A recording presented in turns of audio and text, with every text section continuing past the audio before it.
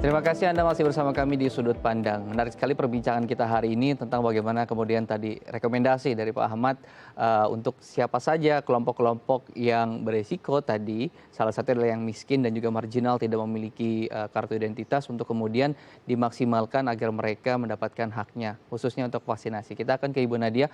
Ibu Nadia, tadi ada rekomendasi sebetulnya dari Pak Ahmad langsung gitu disampaikan bahwa mereka ini adalah kelompok-kelompok yang penting untuk kemudian dimaksimalkan begitu. Nah, bagaimana nanti koordinasi yang dilakukan oleh kementerian sendiri dengan katakanlah pemerintah daerah setempat, baik itu dinas dukcapilnya ataupun pihak puskesmasnya untuk memaksimalkan melakukan pendataan terhadap mereka-mereka yang beresiko tadi? Ya, sebenarnya, Kementerian Kesehatan itu sudah meminta pemerintah daerah, itu gubernur dan wali kota membentuk tim pelaksana untuk vaksinasi COVID-19 Hmm, ini. Nah, melalui, pembentukan tim pelaksana ini diharapkan hal-hal yang sifatnya, persiapan ya untuk pelaksanaan vaksin itu dapat, sudah dimulai sejak, awal atau lebih dini. Nah, terkait tadi yang disampaikan Pak Ahmad, kami juga memberi ruang sebenarnya kan bukan hanya untuk kelompok marginal yang mungkin belum memiliki KTP ataupun belum memiliki nomor induk kependudukan, tetapi pada daerah-daerah yang tadi memiliki keterbatasan dalam hal jaringan secara daring, ya. maka sistem secara manual masih tetap dilakukan. Jadi distribusikan ke provinsi dan kabupaten kota dan nanti dari kabupaten kota tentunya akan ke kecamatan dan melalui dinas kesehatan provinsi yaitu dengan teman-teman puskesmas ini akan melakukan pengecekan ulang pada saat nanti kita akan melaksanakan Ya. vaksinasi ini. Jadi ada ruang ya untuk yang mungkin apakah dia belum terdata ataupun kemudian dia misalnya adalah penduduk di tempat lain sehingga tidak bisa mengikuti vaksinasi di tempat tinggalnya seperti itu. Baik, saya mau kembali ke Pak Ahmad. Pak Ahmad, tadi kan disinggung juga soal bagaimana kemudian banyak masyarakat nih yang enggan melakukan vaksinasi begitu dengan alasan tertentu yang mereka percaya, yang mereka peroleh informasinya entah dari mana sumbernya gitu.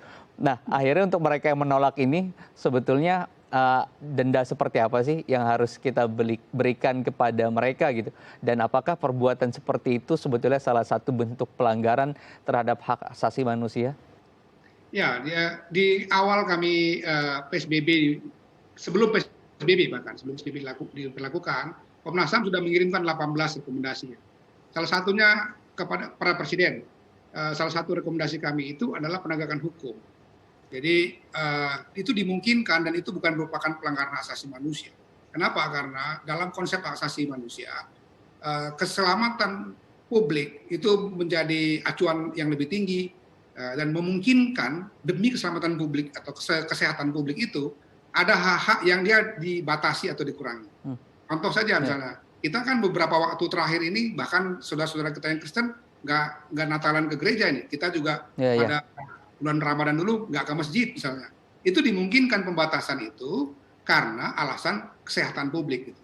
Jadi tindakan-tindakan yang dianggap mengganggu keselamatan publik itu dimungkinkan untuk dia dikenakan sanksi. Ya. Tetapi sekarang kami sejak awal dalam rekomendasi kami itu adalah mengedepankan dulu proses edukasi. Jadi ajaklah ini kelompok-kelompok ya yang sekarang yang menurut saya memberikan komentar-komentar yang tadi saya katakan mestinya debatnya itu teknis medis. Ya. Jadi bukan ngomong ideologis. Ada kan kenapa dari Cina misalnya. Itu pertanyaan yang menurut saya sangat menggelikan. Nggak ada hubungannya dengan teknis medis.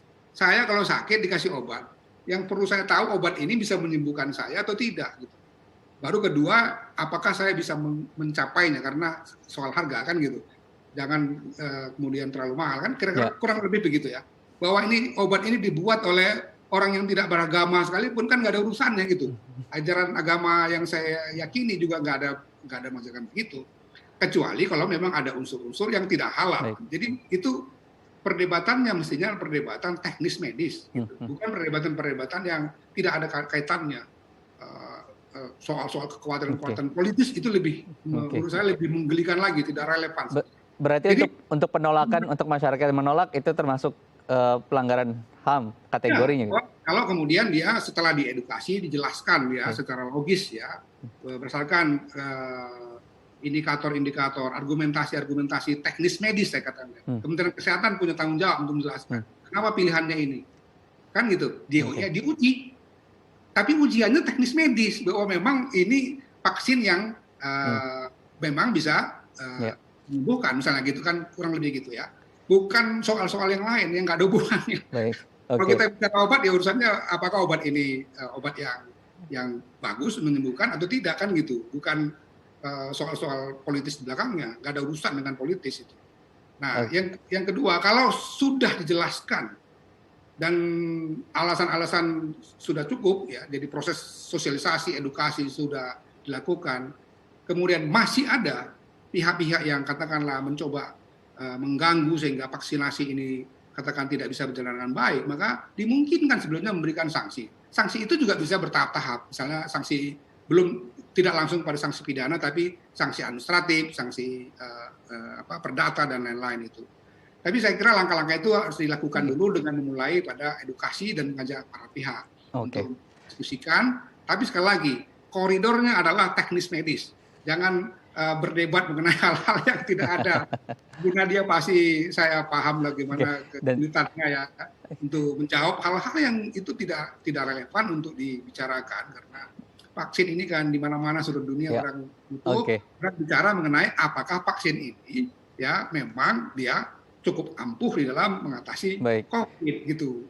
Menurut baik, saya nggak ada salahnya melakukan satu pendekatan yang lebih agak tegas ya kepada mereka. Meskipun saya katakan harus ada tahap-tahap lah. Jadi jangan oke.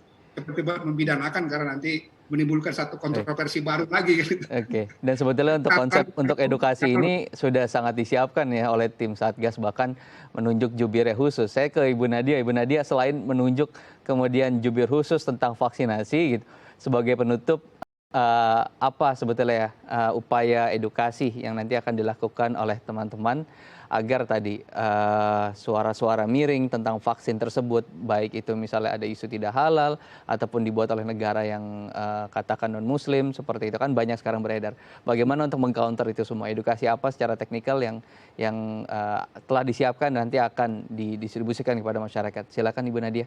Ya, saya setuju sekali ya sampai yang disampaikan oleh Pak Ahmad itu. Jadi kita memang akhirnya akhir-akhir ini lebih berdebat terhadap vaksinnya.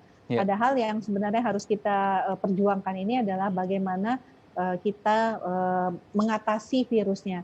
Sekarang sudah ada alternatif untuk kita menjadi jalan keluar ya, seperti yang disampaikan Pak Ahmad. Nah, mengapa kemudian sekarang menjadi perdebatan? Harusnya ini tidak merupakan hal yang menjadi perdebatan. Justru kemudian mengapa kasus terus meningkat, ini yang harusnya menjadi kekhawatiran kita bersama.